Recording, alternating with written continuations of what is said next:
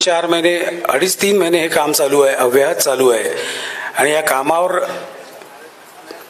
देखरेख करणं ते त्यांचं काम होतं. पण प्रत्यक्ष ग्राउंड लेवलला काम करणारी माणसं फार महत्त्वाची असतात. म्हणजे इथे सगळे आमचे अभिनेते मित्रमंडळी बसलेली आहेत. आपण जरी अभिनय करत असलो तरी सेटच लागला नाही तर आपण काही करू शकत नाही. त्यामुळे ग्राउंड लेवलला काम करणारी जी मंडळी आहेत, अवधूत वालावलकर आणि त्याची टीम आणि आमची परिषदेची टीम, इलेक्ट्रिक आणि बाकी सगळी टीम यांनी अव्याहत न थांबता काम केलेलं. म्हणजे गेले 3 दिवस ते 24 तास त्यांचं काम चाललेलं आहे. त्यामुळे प्रथमतः मी त्यांचे खूप मनापासून आभार आणि स्वागत करतो. आमचे तहहयात अध्यक्ष शरदचंद्रजी पवार यांचा एक पाठीवर हात असतो की तुम्ही चांगलं काम करा, मी तुमच्या कायम बरोबर आहे. न बोलता त्यांनी अनेक गोष्टी आम्हाला सांगितलेल्या आहेत. बरं, छान, उत्तम, चालू द्या, अशा थोडक्या शब्दात ते आम्हाला मार्गदर्शन करतात. चुकलं तर तसंच सांगतात, हे चूक आहे. माझी आणि त्यांची काही खूपशी अशी गाठभेट झाली नाही, पण जितक्या वेळ मी त्यांना भेटलो तेव्हा त्यांच्या शब्दातून, त्यांच्या स्वरातून हे आम्हाला कळतं की त्यांना काय आवडतं आणि काय आवडत नाही आहे आणि त्यांना आमच्याकडून अपेक्षा काय आहेत. त्यांच्या अपेक्षा त्यांनी आम्हाला सांगितलेल्या आहेत, ते अजित भोरे यांनी लक्षात ठेवलेली आहे.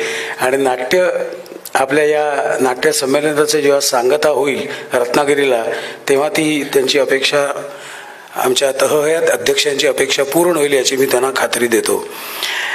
आणि दुसरी माझ्यासाठी एक आनंदाची गोष्ट अशी आहे की इथे जे 2 ज्येष्ठ का म्हणायचा हा प्रश्न आहे, कारण त्यांची ऊर्जा अजून तशीच आहे, तोंडाची आणि शारीरिक दोन्ही.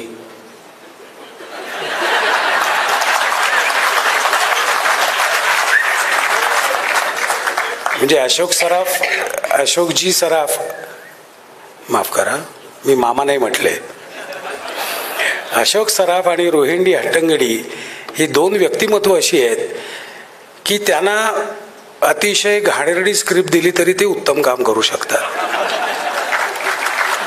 ही त्यांची खासियत आहे. हा, म्हणजे चिडचिड करतील पण त्यांचा शेवटचा जो आउटपुट आहे तो परफेक्टच असायला पाहिजे. त्याचं फार महत्त्व आहे त्यांच्या आयुष्यात. त्यामुळे अशा 2 उत्तुंग व्यक्तिमत्वांना जीवन गौरव पुरस्कार देण्याची भाग्य आमच्या या संपूर्ण 60 जणांच्या टीमला लाभलं. मी फोन केल्यावर त्या दोघांनीही हो म्हटलं, त्याबद्दल मी खूप मनापासून तुमचे आभार मानतो. आणि आमचे नाट्य संमेलनाध्यक्ष म्हणजे डॉक्टर जब्बार पटेल, त्यांच्याकडे माहितीचा इतका खजिना आहे आणि त्या खजिन्याच्या पुढच्या वर्षभरात आम्ही पुरेपूर वापर करून घेणार आहोत याची तुम्हाला मी शब्द देतो. ह्याच्यात सगळं अडकलो होतो मी, पण आता यापुढे जरा मोकळा झालो की तुम्ही आणि मी आपण महाराष्ट्र पिंजून काढायचं आहे. जिथे जिथे जे करायला पाहिजे ते करायचं आहे. आणि उदय सामंत साहेबांना मी नम्र विनंती करतो की या वास्तूचे जसं नूतनीकरण झालेलं आहे, शासनाने जेवढे पैसे दिलेले आहेत त्यातला प्रत्येक पैसा वापरलेला आहे, प्रत्येक पैशाचा योग्य विनियोग केलेला आहे, प्रत्येक पैशाचा हिशेब आहे. एकही पैसा इकडचा तिकडे गेलेला नाही आहे. आणि इन द गिव्हन कंडिशन आम्ही उत्तम काम करून दाखवलेलं आहे. महाराष्ट्रातली तमाम नाट्यगृह नाट्य परिषदेच्या ताब्यात द्यावी, आम्ही अशीच तुम्हाला करून दाखवतो. इन्फ्रास्ट्रक्चर अशोक मामा इतकी वर्ष काम करतात, ते सुद्धा इन द गिव्हन कंडिशन काम करतात. कितीही वाईट परिस्थिती असली, निर्मिती आहे इथे, वंदनाताई इतकी वर्ष काम करते, स्वाती आहे, ही मंडळी इतकी वर्ष काम करतायत. म्हणजे आता मी थिएटरचं नाव घेत नाही, पण कितीही वाईट थिएटर असलं ना, तिकडचं प्रेक्षक उत्तम आहे, त्यामुळे आम्ही तिथे काम करतो. म्हणजे नाटक बघणं विसरू नये प्रेक्षकांनी. नाटक म्हणजे काय अशी परिस्थिती येऊ नये म्हणून आम्ही अतिशय वाईट परिस्थितीत सुद्धा काम करतो. आणि ही ज्येष्ठ मंडळी काम करतात म्हणून आम्हालाही काम करायला लागतं. ती कुठल्याही परिस्थितीत किटकिट करत नाहीत. ठीक आहे ना, ओके ते काय वॉशरूम्स खराब आहेत का, हे अँड्रे जरा फिनाईल टाकून घे, इतकं इतकं त्यांचं सिंपल आणि सरळ गोष्ट असते. बबला न करता we are committed to the audience. त्यांनी 500 रुपयाचं तिकीट काढलेलं आहे, 700 रुपयाचं तिकीट काढलेलं आहे. ज्याच्यासाठी आलंय त्याच्या दुप्पट आपण त्यांना कसं देऊ शकू, हा आदर्श आम्ही ह्यांच्याकडून घेतलेला आहे. तर तुमचं सगळ्यांचं परत एकदा मनापासून स्वागत करतो. आमचे लाडके पोलीस कमिशनर सुद्धा आज इथे हजर आहेत. ते माझ्याकडे बघतात आणि तेव्हा मला असं वाटतं की आपण फारच स्थूल आहोत. ते इतके फिट आहेत आणि मी खूप वर्ष त्यांना ओळखतो. ते उत्तम वक्ते आहेत, खूप छान वक्ते आहेत, ते छान समजवतात. म्हणजे पोलीस डिपार्टमेंटचे म्हणजे पोलीस आयुक्त म्हटल्यावर आपल्याला जरा भीती वाटते ना, पण पोलीस आयुक्त हे त्या खुर्चीवर असताना ते पोलीस आयुक्त आहेत, पण नंतर हे आपल्यासारखेच कलावंत आहेत. त्यामुळे आज तेही तुम्ही इथे आलात त्याबद्दल मी तुमचे आभार मानतो. मोहन जोशी सर, तुम्ही तर कमाल आहात. आता थोडंसं कंटाळा तुम्ही करता नाटकात काम करायचा, पण आम्ही तुमच्याकडे बघूनच मोठे झालेलो आहोत. हां, म्हणजे ते पण एकंदरीत आजचा हा कार्यक्रम, आजचा हा आनंदाचा दिवस आहे आमच्यासाठी, आम्हा सर्व 60 लोकांसाठी आमचा आनंदाचा कार्यक्रम आहे. आणि उदयजी सामंत, तुम्ही हा आमच्या विनंतीचा विचारपूर्वक विचार करावा अशी तुम्हाला नम्र विनंती आहे. कारण इन्फ्रास्ट्रक्चर चांगलं असेल तर लोक निश्चितपणे नाटकाला येतात. त्यामुळे बालगंधर्वसारखी परिस्थिती परत कधी येऊ नये. आत्ताच खर्च केले आणि 2 महिन्यात गळायला लागते वगैरे असं होऊ नये, याच्यासाठी बारीक लक्ष असणं गरजेचं आहे. तर तुम्ही विचार करा, आम्ही तयार आहोत. आमची 60 जणांची टीम तयार आहे एका शब्दावर, आणि आमच्या मागे हे आहेत. त्यामुळे आम्हाला काही भीतीच नाही आहे. आमच्या मागे जोपर्यंत प्रभूसाहेब आहेत तोपर्यंत आम्हाला काही भीती नाही. आज ज्यांना बक्षिसे मिळालेली आहेत प्रायोगिकची, त्या सगळ्यांचे मी मनापासून अभिनंदन करतो. बक्षीस मिळालं की आपण मोठे झालो असं काही नाही आहे. शेवटी कलावंत हा अन्सरेबल टू ऑडियन्स आहे. ऑडियन्सचं बक्षीस मिळणं, आणि ऑडियन्सचं बक्षीस म्हणजे उत्तम बुकिंग. हा, म्हणजे इथे अनेक कॉन्ट्रॅक्टर पण आहेत, नाटकाचे कॉन्ट्रॅक्टर पण इथे आहेत. तुम्हाला बक्षिसं किती मिळाली ह्याच्यापेक्षा तुमच्या नाटकाला बुकिंग किती आहे त्याच्यावर तुमची लायकी ठरते. त्यामुळे आपण जास्तीत जास्त चांगलं काम कसं करता येईल ह्याच्याकडे लक्ष द्यावं.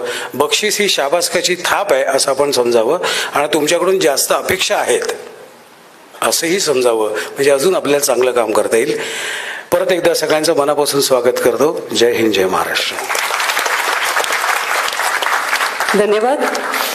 प्रशांत दामले सरांनी त्यांच्या भाषणामध्ये अनेक महत्त्वाचे असे मुद्दे मांडले, आणि मला वाटतं एवढंच त्यांच्या भाषणानंतर मला म्हणावं असं वाटतं की बॉक्स ऑफिसवर जसं आणि प्रशांत दामले आहे, तसंच अध्यक्ष म्हणून सुद्धा आणि प्रशांत दामले म्हणायला हरकत नाही. नाटकामध्ये कुठली गोष्ट कधी घडते याचं एक तंत्र असतं, आणि नाटकामध्ये पोलीस आले की नाटकाचा शेवट जवळ आला असं आपल्याला कळतं. पण आज मात्र सलामीलाच पोलीस आपल्या भेटीला येणार आहेत, आणि रसिकाग्रणी असणारं असं व्यक्तिमत्व आदरणीय विवेकजी फणसळकर यांना विनंती करते की आपण सगळ्यांशी संवाद साधावा.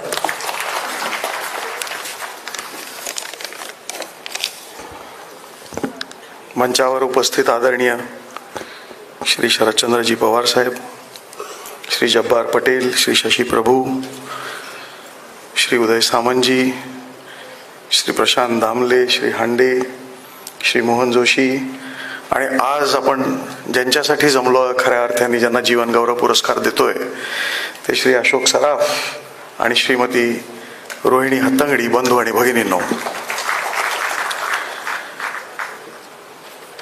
आता एवढे दिग्गज, एक तर प्रशांतनी मला फसवलंय. त्यांनी मला कल्पनाच दिली नाही कोण कोण येणार होतं, नाही तर मी आलोच नसतो. आणि आम्हाला न येण्याची खूप कारणं असतात, पण मी हे भाग्य समजतो प्रशांत की आज आपण सगळे इकडे आहोत. आणि अशोक सराफ आपले मराठी चित्रपट आणि नाटकाचे एकदम लाडके कलाकार, त्यांना जीवन गौरव देतोय. रोहिणी हत्तंगडींना, तशा त्या आम्हाला रोहिणी ओक म्हणूनच परिचित होत्या. मी पुण्याला सदाशिव पेठेतच वाढलो, त्यामुळे रेणुका स्वरूप वगैरे तुमचं सगळं आम्हाला माहिती आहे. अशोक सराफांबद्दल आता प्रशांतनी त्यांचा अशोक मामा असा उल्लेख केला, तसं पोलिसांना मामा म्हणायचे पुण्यात, त्यामुळे ते आमच्या दोघांमध्ये साधर्म्य आहे. पोलिसांचा आणि सराफांचा तसा संबंध येऊ नये.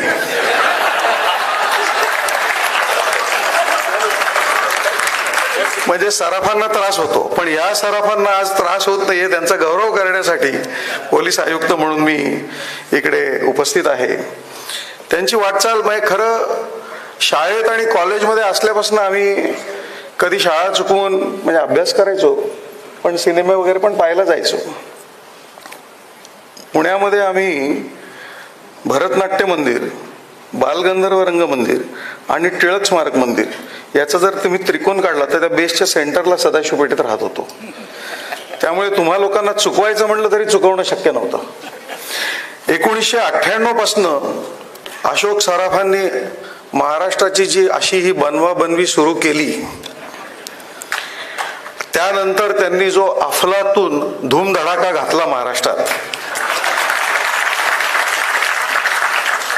त्याची खरं तर तोड नाही. त्यांचे खूप पिक्चर जे होते माझ्या आठवणीमध्ये जे येतात ते असे नवरा नवरी, नवरी मिळे नवऱ्याला, बिनकामाचा नवरा, म्हणजे बिनकामाच्या नवऱ्यापासून नवसाचा नवरा, ते नवरी मिळेला नवऱ्यापर्यंत स्थिर स्थावर झालेला नवरा, अशा अनेक उत्तम कलाकृती त्यांनी सादर केल्या. तुम्ही तुमच्यासारखे तुम्हीच, आमच्यासारखे आम्हीच. आणि एक डाव भूताचा माझ्या आठवणीतला त्यांचा पिक्चर. आता त्यावेळेला सुदैवानी सर अंधश्रद्धा निर्मूलन कायदा नव्हता, नाहीतर एक डाव भूताचावर आम्हाला केस करायची पाळी आली असती. आणि भूत प्रेत वगैरे वगैरे हे काही कायद्याला मंजूर नाही. पण अर्थात सिनेमा ते नेहमी एक लाईन टाकतात की this is a fiction and anything is coincidental, आमचा काही संबंध नाही वगैरे वगैरे. म्हणजे सुटका कशी करून घ्यायची हे कैद्यांनी यांच्याकडनंच शिकायला पाहिजे. रोहिणीताईंबद्दल काय सांगू तुम्हाला. आम्ही कस्तुरबा म्हणून बघितलं, सगळं जग तुम्हाला कस्तुरबा म्हणून ओळखतात. साहेबांनी सुद्धा आतमध्ये जेव्हा पवार साहेब रोहिणीताईंना भेटले तेव्हा ते म्हणले की कस्तुरबा ना. तर कस्तुरबा, आता कस्तुरबा यांनी फेमस केले असं नाही म्हणू शकत मी, परंतु नंतर त्यांनी अनेक 4 दिवस सासूचे, म्हणजे ते खरं 4000 दिवस सासूचे असायला पाहिजे होतं. त्याचं नाव 4 दिवस सासूचे का ठेवलंय मला अजून समजलं नाही. आणखीन एक तुमचं ते सुनेच्या संबंधात काहीतरी सिरीज होती मोठी, होणार सून मी. अच्छा, तुम्ही होता का त्याच्यात? त्यांनी प्रॉम्प्टिंग केलं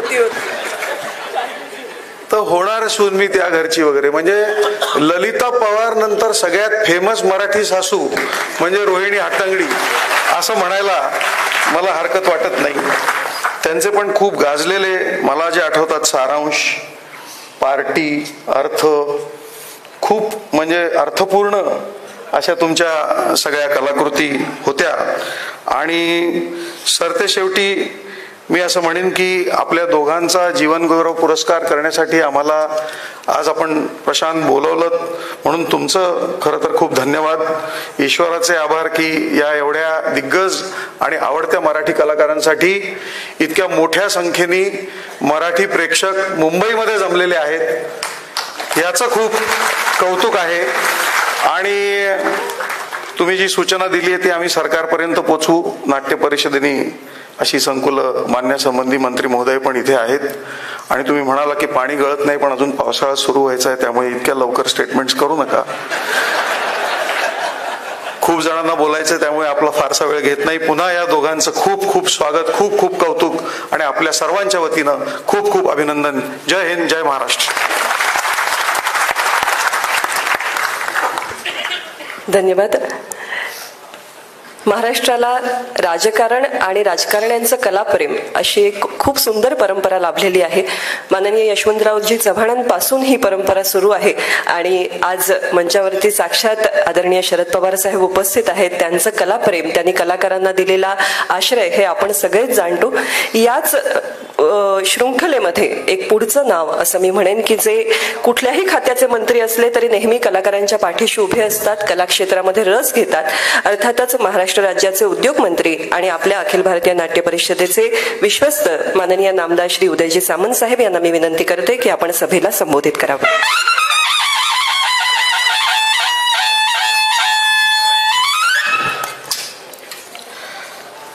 आजच्या कार्यक्रमाला या व्यासपीठावर उपस्थित असलेले अखिल भारतीय नाट्य परिषदेचे तळायात विश्वस्त आम्हा सर्वांचेच मार्गदर्शक आदरणीय पवार साहेब, ज्यांना आजचा जीवनगौरव पुरस्कार मिळाला आहे ते आदरणीय अशोक मामा सराफ, रोहिणीताई, व्यासपीठावर उपस्थित असलेले आदरणीय जब्बारभाई पटेल, शशी प्रभुसाहेब, मोहनजी जोशी, अशोकजी हांडे, प्रशांतजी दामले, व्यासपीठावर उपस्थित असलेले सर्वच सन्माननीय नियामक मंडळाचे सर्व सदस्य, उपस्थित सर्व कलाकार बंधू आणि भगिनींनो, खरं तर मुंबई पोलीस आयुक्तांनी भाषण केल्यानंतर आम्ही आता काय बोलावं हेच मला कळत नाही. पण मी देखील आज निश्चय केलेला आहे की आपल्या निवृत्तीनंतर आपण एक चांगलं नाटक लिहावं, त्याची निर्मिती मी 100% करेन आणि कलाकार कोण असतील हे जब्बारभाई तुम्ही ठरवा. कारण मी मगाशीच सांगत होतो की एक 2-4 दिवसापूर्वी पोलीस आयुक्त म्हणून त्याने एक भाषण केलं पोलिसांसाठी आणि ते ऐकल्यानंतर फक्त राजकारणातच कलाकार असतात अशातला भाग नाही, तर पोलीस खात्यामध्ये देखील कलाकार आहे त्याच्यावर मी शिक्कामोर्तब करून टाकलं. आणि आजचं देखील आपण त्यांचं भाषण बघितलं. मला खरोखरच फणसळकर साहेब तुम्हाला मनापासून धन्यवाद दिले पाहिजेत की अधिकाऱ्यामध्ये जर कलाकार असेल तर तो जनतेची सेवा कशी करू शकतो ह्याचं मूर्तिमंत उदाहरण तुमच्या रूपानं आम्ही सगळ्यांनी बघितलेलं आहे. तुमच्या घरामध्ये लग्न असताना दुसऱ्या दिवशी लग्न आहे आणि स्वतःच्या जबाबदारीचं कर्तव्याचं पालन करत असताना तुम्ही 12 वाजता रस्त्यावर होता. हा आदर्श मला असं वाटतं की प्रत्येक क्षेत्रातल्या माणसानं घेतला पाहिजे. प्रशांतजी नाट्यगृह आता आपण सगळी बांधली पाहिजेत, बांधायची आहे, त्याच्याशी मी देखील सहमत आहे. परंतु आवर्जून एक सांगितलं पाहिजे पवार साहेब की निवडणुका झाल्या, निवडणुकीनंतर प्रशांत दामले साहेब नाट्य परिषदेचे अध्यक्ष झाले आणि आम्हाला सगळ्यांनाच एक दिलासा मिळाला. 1 वर्ष झालं असेल निवडणूक, 1 वर्षामध्ये एकही तक्रार पवार साहेबांकडे गेली नाही आणि एकही वर्षात कोण कोर्टात गेला नाही. त्याच्यामुळे तुमचं काम अतिशय चांगल्या पद्धतीनं चालू आहे. काही थोड्याफार कुरबुरे असतील तर पवार साहेब मी आणि शशी प्रभू काका त्या सोडवतो, परंतु मागच्या 5 वर्षामध्ये जी काय आपल्याला कायमस्वरूपी मध्यस्थी करायला लागायची होती ती आता प्रशांतच्या निमित्तानं लागत नाही. अशोक हांडे साहेब कमी नाही असं मला जाहीरपणाने इथं सांगितलं पाहिजे. आणि म्हणून प्रशांतजी मी सुरुवात नाट्यगृहाची तुम्हाला सांगत असताना रत्नागिरीतनं केली. आदरणीय पवार साहेबांनी जेव्हा पहिली बैठक घेतली आणि निर्णय झाला की यशवंत नाट्य मंदिर अतिशय चांगल्या पद्धतीनं साकारलं पाहिजे. कारण आपल्याला आठवत असेल की पवार साहेबांच्याच मार्गदर्शनाखाली मच्छिंद्र कांबळेंनी याच्यासाठी पुढाकार घेतलेला होता आणि त्याच्यानंतर या नाट्यगृहासाठी स्वतःचा वेळ खर्च करून काम करणारा जो पहिला अध्यक्ष आम्ही जो बघितलाय तो प्रशांत दामलेच्या रूपानं बघितलाय. म्हणून विश्वस्त म्हणून आम्हाला सगळ्यांना तुम्हाला धन्यवाद दिले पाहिजे. आता काही लोक आमच्याकडे तक्रार करतात की कधी कधी प्रशांत दामले सुद्धा डायरी बघूनच कार्यक्रम लावतात. आता नावं मी तुम्हाला सांगत नाही, परंतु नाही सतीश लोटके माझी देखील तक्रार पवार साहेबांकडे करू शकतात, त्याची तुम्ही चिंता सोडून द्या. त्यांना संधी मिळाली तर माझ्या विरोधात पण ते कोर्टात जाऊ शकतात, त्याची तुम्ही चिंता करण्याचे काही कारण नाही. पण मला साहेबांना इथे प्रामाणिकपणानं सांगितलं पाहिजे की शशी प्रभू साहेबांच्या पुढाकारानं त्यांच्या नेतृत्वाखाली प्रशांत आणि त्यांच्या सर्व सहकाऱ्यांनी 10 कोटी रुपये हे अतिशय चांगल्या पद्धतीनं खर्च केले आणि पारदर्शकपणानं खर्च केले. यासाठी पहिलं तुमचं सगळ्यांचं अभिनंदन केलं पाहिजे. आणि म्हणून ज्या बैठकीचा मी उल्लेख केला की नाट्यगृह ही चांगली झाली पाहिजेत, मी देखील त्याचा एक बाधित माणूस आहे. रत्नागिरीचा एक नाट्यप्रयोग झाल्यानंतर माझ्यावर देखील फार मोठी टीका झालेली आपण सगळ्यांनी मिळून बघितलेली आहे. पण जेव्हा नाट्य परिषदेने निर्णय घेतला की आता महाराष्ट्रातली सगळी नाट्यगृह चांगली केली पाहिजेत, मी रत्नागिरीपासून सुरुवात केली आणि तुम्ही जी मागणी केली होती की निर्मात्यांच्या भाड्यामध्ये जर कमी करायची असेल तर सोलार सिस्टीम देखील बसवली पाहिजेत. मला असं वाटतं की रत्नागिरी जिल्ह्यातल्या 3 नाट्यगृहांना आम्ही आता सोलार सिस्टीम बसवलेली आहे. त्याच्यामुळे निर्मात्यांना देखील आता दिलासा मिळणार आहे. आणि हीच जी प्रक्रिया आहे ही आपण पूर्ण महाराष्ट्रामध्ये केली पाहिजे, जेणेकरून निर्माता देखील जगला पाहिजे आणि कलाकार देखील जगला पाहिजे. ही देखील आमच्या सगळ्यांची मनापासूनची भूमिका आहे. आपल्याला आठवत असेल की मागच्या एका बैठकीमध्ये आपण निर्णय घेतला होता की आपले जे मराठी कलाकार आहेत, या मराठी कलाकारांच्या भविष्याच्या दृष्टीनं आपण काहीतरी केलं पाहिजे असं नाट्य परिषदेने निर्णय घेतला. आणि मला सांगताना मनापासूनचा आनंद आहे. साहेब, आपल्या सगळ्यांच्या आशीर्वादानं आज राज्याचा उद्योग मंत्री म्हणून मी काम करतोय. गेली 25-30 वर्ष वृद्धाश्रमाच्या जागेचा प्रश्न प्रलंबित होता, परंतु उद्योग खात्याचा मंत्री म्हणून आज मुंबईच्या जवळची 2 एकर जागा मोफत वृद्धाश्रमाला देण्याचा निर्णय आमच्या MIDC ने घेतला आणि त्याचं काम देखील आता सुरू होईल. पण मला असं म्हणायचं की त्याला वृद्धाश्रम आपण नाव ठेवूया नको, कारण शेवटी ज्या कलाकारांनी रंगभूमी गाजवली, ज्या कलाकारांनी रंगभूमीची सेवा करत आम्हाला सगळ्यांना मनोरंजनाचा भाग दिला, आमचं सगळ्यांचं मनोरंजन केलं, त्यांना जर शेवटचा काळ अतिशय चांगल्या पद्धतीनं काढायचा असेल तर हांडेसाहेब त्याला एक वेगळं आपण नाव देऊ आणि त्याच्या निधीची तरतूद देखील महाराष्ट्र शासनानं करण्याचा निर्णय घेतलाय. या आपल्या संकुलासाठी महाराष्ट्र राज्याच्या मुख्यमंत्र्यांनी 25 कोटी रुपये देण्याची ग्वाही ही आपल्या सगळ्यांना दिलेली आहे. परंतु मला आपल्याला एक विनंती करायची आहे की ती देखील संस्था चालवत असताना खरे जे गरजू आहेत, खरे जे बाधित आहेत, त्यांच्या दृष्टीने ती संस्था फार मोठ्या पद्धतीने उभी राहिली पाहिजे आणि त्याच्यासाठी जे काय आमचं विश्वस्त म्हणून योगदान लागणार आहे ते देखील आम्ही द्यायला तयार आहोत. आणि म्हणून मला असं वाटतं की नाट्य परिषदेची वाटचाल ही अतिशय चांगल्या पद्धतीनं होते. त्याचं दुसरं एक मूर्तिमंत उदाहरण, तुम्ही आज पुरस्कार अशोक मामांना आणि रोहिणीताईंना दिलेला आहे. जोपर्यंत मामांना राग येत नाही तोपर्यंत मी त्यांना मामाच म्हणणार आहे. आता बाकीच्यांनी तुम्ही ठरवा. कारण ज्या नाट्य क्षेत्रामध्ये, ज्या रंगभूमीमध्ये, म्हणजे मगाशी अशोक मामा पवार साहेबांना सांगत होते की 1975 सालामध्ये कुठचं तरी नाटक त्यांचं नव्यानं आलं. मामा, त्या सालामध्ये माझा जन्म झाला.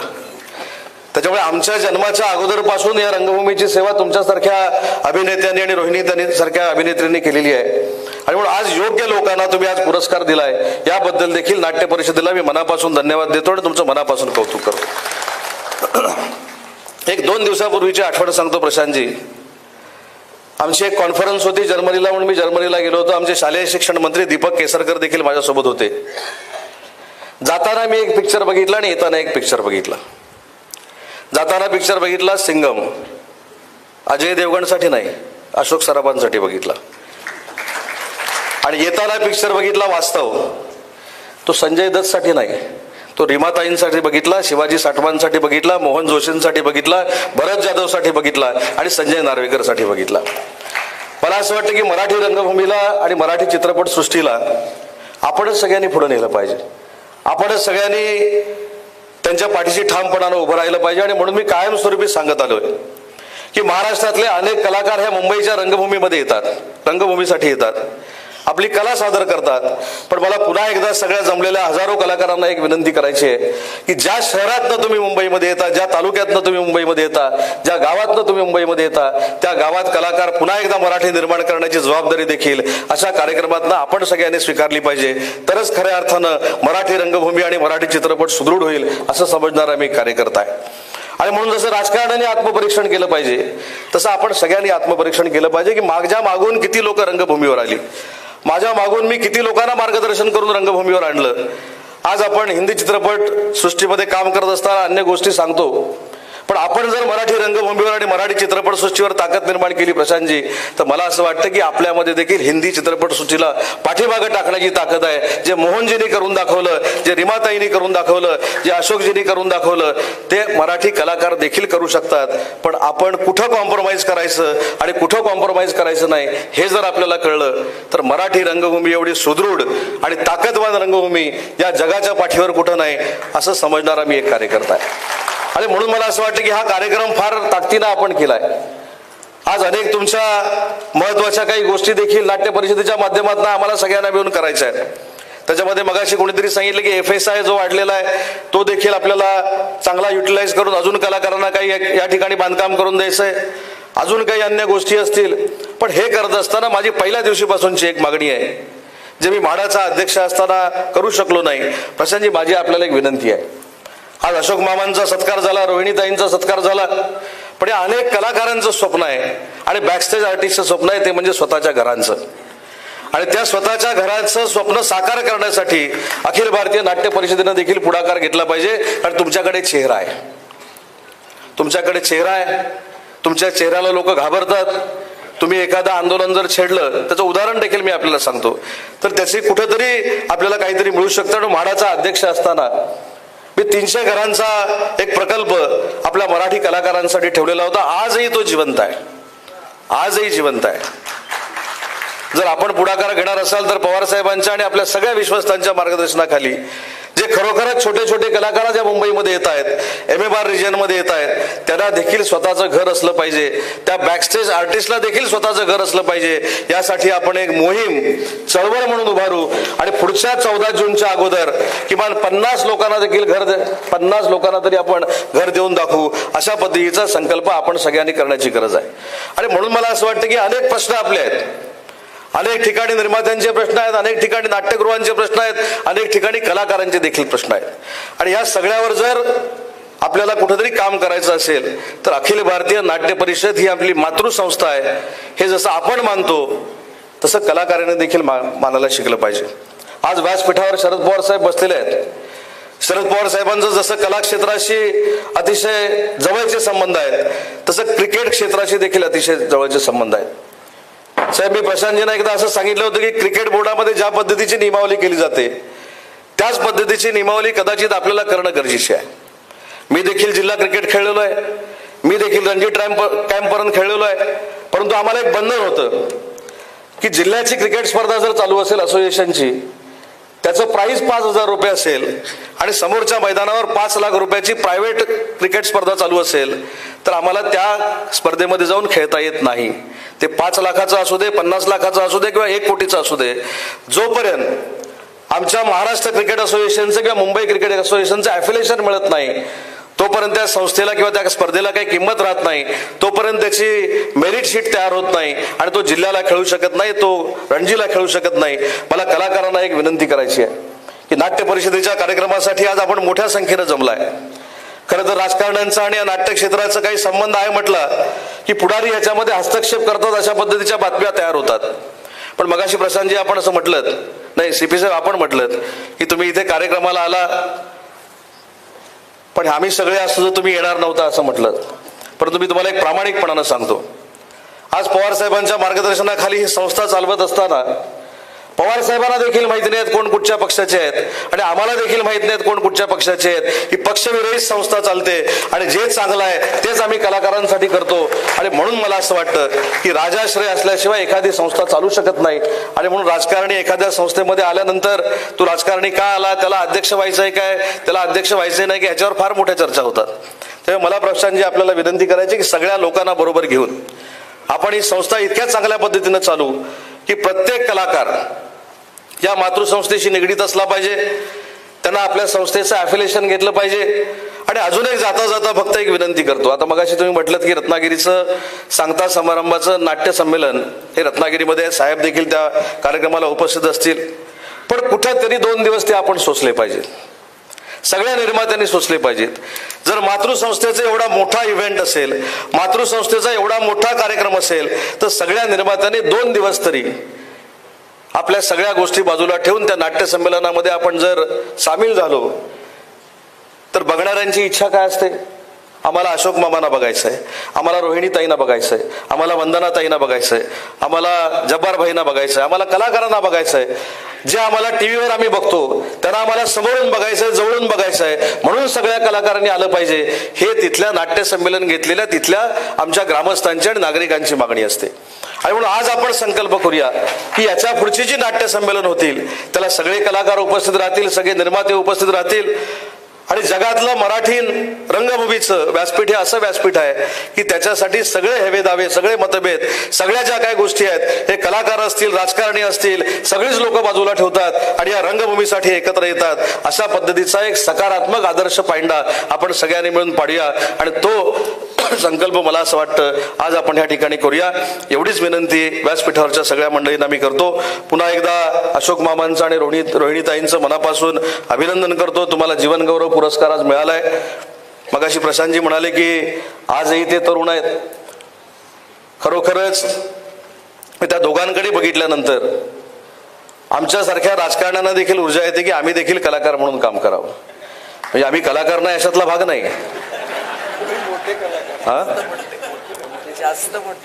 सीपी साहेब म्हणतात आम्ही मोठे कलाकार. आम्ही मोठे कलाकार नाही. तुम्ही 3 तास मेकअप करता, आम्ही सकाळी उठल्यापासून रात्री झोपेपर्यंत मेकअप करतो. हा कलाकारांच्यातला आणि आमच्यातला फरक आहे. त्याच्यामुळे अशा एका चांगल्या कार्यक्रमाला उपस्थित राहण्याची संधी प्रशांतजी आपण सगळ्यांनी मिळून मला दिली. या कार्यक्रमाला स्वतः शरद पवार साहेब उपस्थित राहिले, त्याबद्दल पवार साहेबांचं देखील मनपूर्वक आपल्या सगळ्यांच्या वतीनं मी आभार मानतो. त्यांना देखील मनापासून धन्यवाद देतो. आणि नाट्य परिषदेची ही संस्था मोठी होण्यासाठी आम्ही विश्वस्त म्हणून 24 तास तुमच्यासोबत आहेत एवढाच शब्द देतो आणि थांबतो. जय हिंद, जय महाराष्ट्र.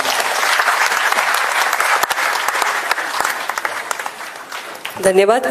मंत्री महोदयांचं वक्तव्य आपणा सगळ्यांचा विश्वास, उत्साह वाढवणारं, अतिशय आश्वासक असं होतं आणि निश्चितच भविष्यात आपण त्याची परिणती सुद्धा घेणार आहोत.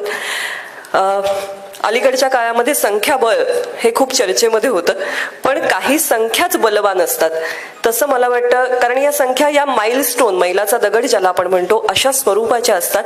त्याच पद्धतीने 100वे नाट्य संमेलन हे आपल्या या इतक्या गौरवशाली नाट्य परंपरेतलं एक अतिशय मानाचं असं नाट्य संमेलन आणि आपलं भाग्य की त्याला अतिशय उचित असं व्यक्तिमत्व आपल्याला संमेलनाध्यक्ष म्हणून लाभलं, अर्थातच माननीय डॉक्टर जब्बार पटेल साहेब. मी सरांना विनंती करते की या निमित्ताने आपण सगळ्यांशी संवाद साधावा.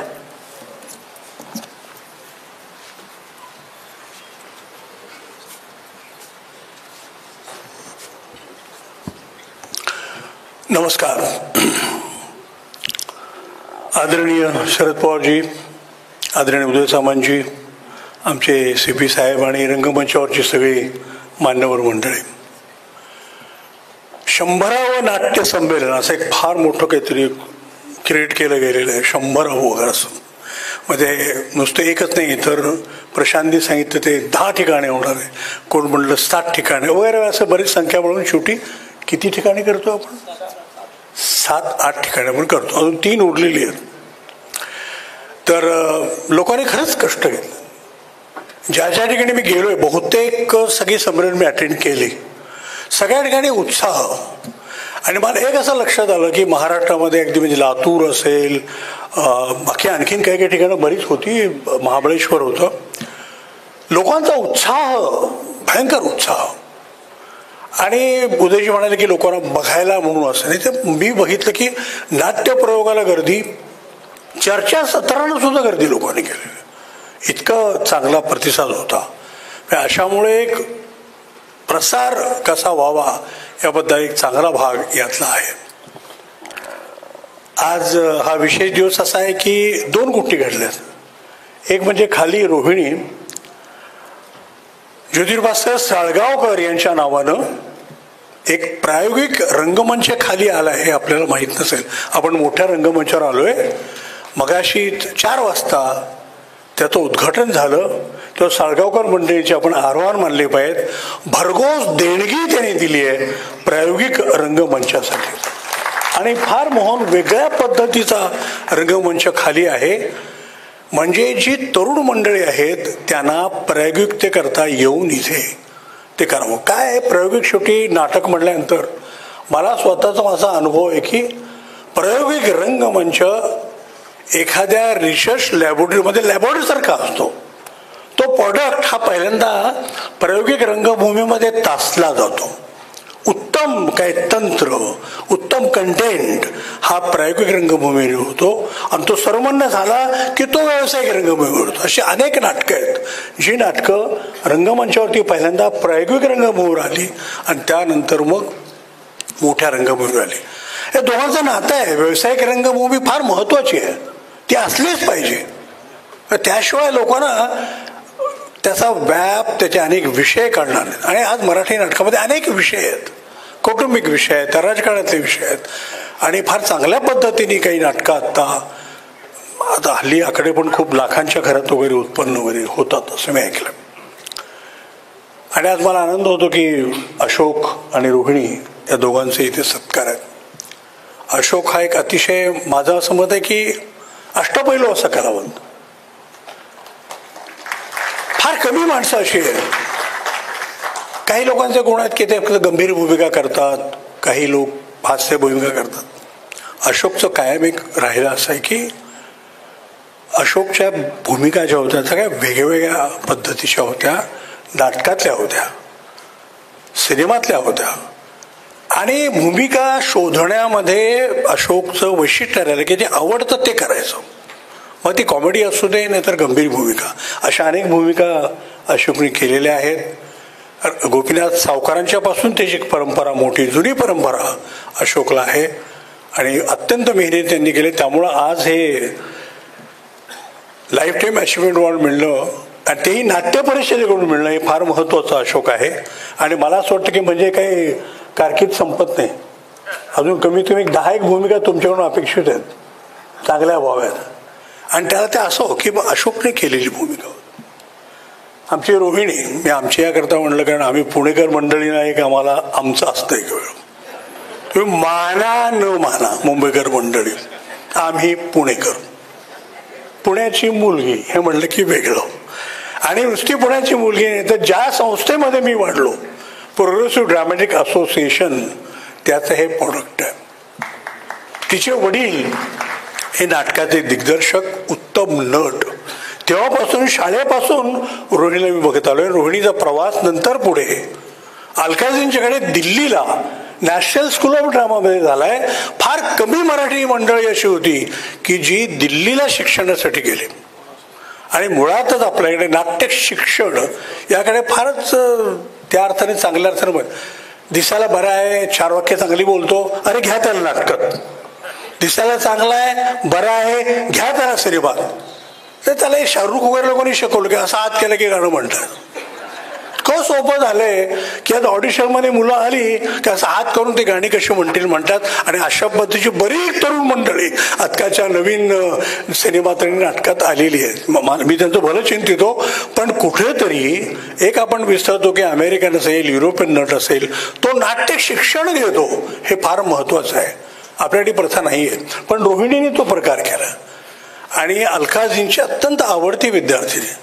आणि तिथं दिल्लीमध्ये असताना इतक्या वेगवेगळ्या भूमिका रोहिणीने केलेल्या आहेत. त्याचा तिथे सन्मान झाला.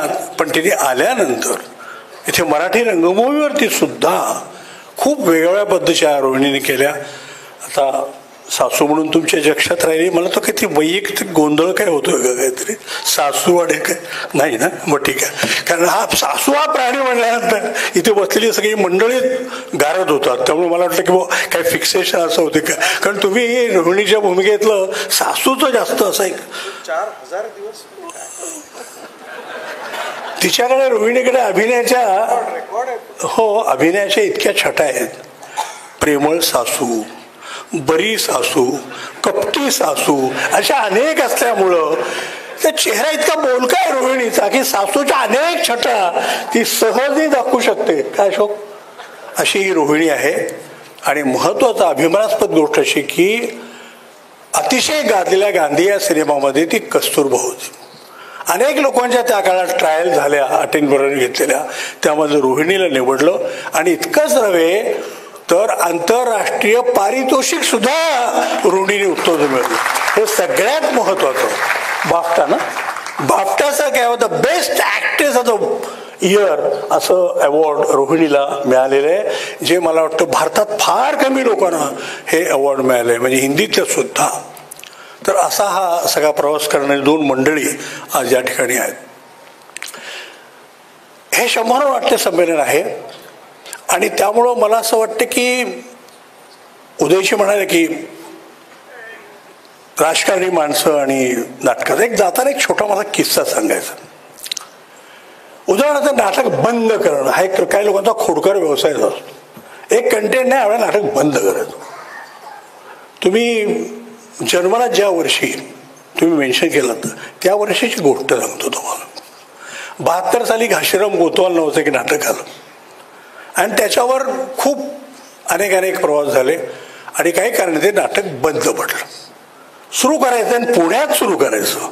पुण्यात ते विरोधी नाटक, व त्यावर एक फार वेगळा चमत्कार घडलेला आहे. तो आज जर सांगितला ना, म्हणजे आता निवडणूक संपली, आपण निवडणुकीच्या अनेक गोष्टी ऐकलेल्या आहेत, ब्रॉडर दॅन लाईफ काय असतं वगैरे वगैरे, पण वास्तवामध्ये असंही घडू शकतं एखाद्या कल्पित सिनेमाप्रमाणे तसं. तर तो प्रयोग पुन्हा सुरू करावा अशी कल्पना होती. आमच्याकडे पैसे नव्हते. त्या सगळ्या प्रकारात सुरू झालं. एका कॅन्सरच्या रुग्णाला मदत करावी म्हणून तो शो मांडला गेला. हे सगळं ठीक आहे, पण होणार का शो हा पुण्यामध्ये? अनेकांनी सांगितलं की आम्ही येऊ, निदर्शनं करू, सगळा प्रकार. आणि त्यावेळेला शरद पवार नावाचे अतिशय तरुण, नुकतेच गृहराज्यमंत्री झालेले बारामतीचे एक सदग्रस्त त्या ठिकाणी होते. त्यांना मी सांगितलं नाटक होणार नाही, काय होणार आहे? त्यामुळे का नाही होणार? नाही होणार. तुम्ही कल्पना करा प्रशांत, मला अजूनही तो प्रयोग आठवतो. राजकारणामध्ये करा ना तुम्ही, का रे नाटक होणार ते, आम्ही तुमच्या मागे आहोत असं सगळे लोक सांगतात. आम्ही तुमच्या मागे आहोत म्हणजे एक्झॅक्टली काय? तो प्रत्यंतर त्याचं मला एक त्याचं प्रशांतच्या पद्धतीने सुरस वर्णन करायचं. तो दिवस उघडला. अतिशय तरुण मनुष्य. आज आम्ही शरदरावांच्याकडे पाहतो, त्याला सगळे 84 वर्षाचे तरुण वगैरे म्हणतात. ॲक्च्युली तरुण मारतो, ही मस्ट बी अबाउट 30 वर्षाचे असतात. दादा मुख्यमंत्री होते आणि हे त्यावेळेला गृहराज्यमंत्री होते. आम्ही आलो, सगळी मंडळी नाटकाला बसलेली. मला कळे ना, SRPच्या 6 गाड्या बाहेर बालगंधर्वच्या बाहेर. Can you believe that? नाटकाच्या प्रयोगासाठी SRPचा बंदोबस्त म्हणून बाहेर 6 गाड्या लावलेल्या. आणि आतमध्ये ही जी भिंत आहे, तर प्रत्येक 10 फुटावरती एक स्टेनगन घेतलेले पोलीस असे सगळे बसलेले आहेत. आणि मध्यभागी शरद पवार बसलेले आहेत. नाटक कसं होत नाही मी पाहतो.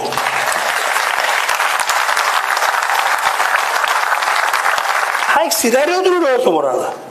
म्हणजे काम करणाऱ्या घाशीरामच्या लोकांनाच असं वाटलं की हे काय आहे, म्हणजे नाटकाचं काय करा. असं आम्ही यांच्याबद्दल ऐकलं होतं उत्पल दत्तांच्या बाबतीमध्ये, कारण ते नक्षलवादी वगैरे नाटकाचे उदय असायचे.